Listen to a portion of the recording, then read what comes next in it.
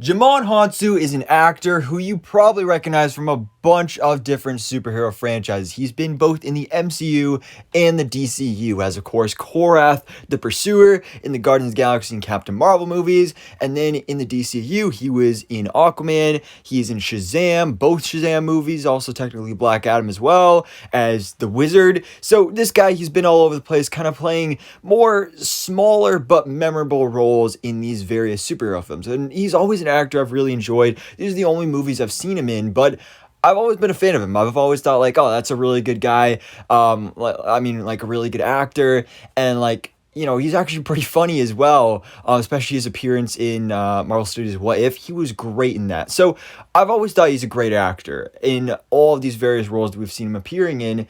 And, you know, now we have a report about another superhero movie that he was cast to be in a much, much larger role than just being a small side supporting character, because originally Djimon Hounsou was going to be playing Black Panther, which is quite interesting because Djimon Hounsou actually did the voice for T'Challa the Black Panther in an online animated web series for the character.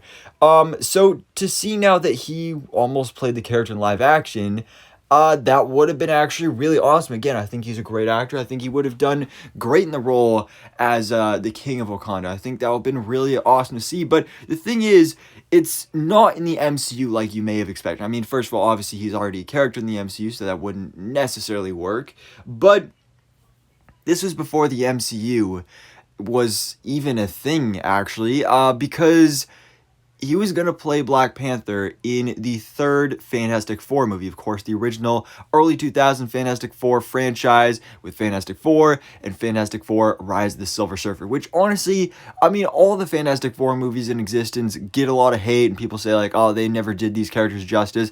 And yeah, no, especially when you look at Fan Four Stick, but this franchise I actually really enjoyed. Like, it is really comics accurate in many ways, especially when it comes to the designs of the characters. I really enjoyed these movies. The second one, not as much, but I really enjoyed these early 2000s Fantastic Four movies, and so I'm kind of disappointed we never got to see that trilogy completed. We never got to see a third movie in this trilogy, but especially now hearing that that third movie was going to include Black Panther is really quite interesting, because for those who don't know, Black Panther originally started off as a Fantastic Four character. He made his debut in Marvel Comics as a part of a Fantastic Four storyline. So it definitely would have made sense.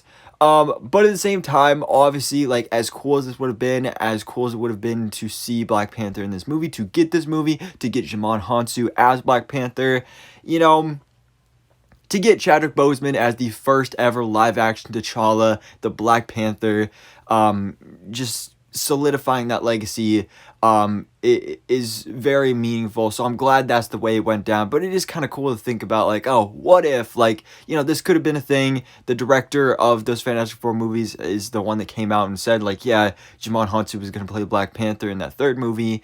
And, like, this would have been awesome. I think that would have been really cool. But it just didn't end up working. And who knows? You never know. You know, in the MCU right now, we're dealing with the multiverse, variants, all that stuff.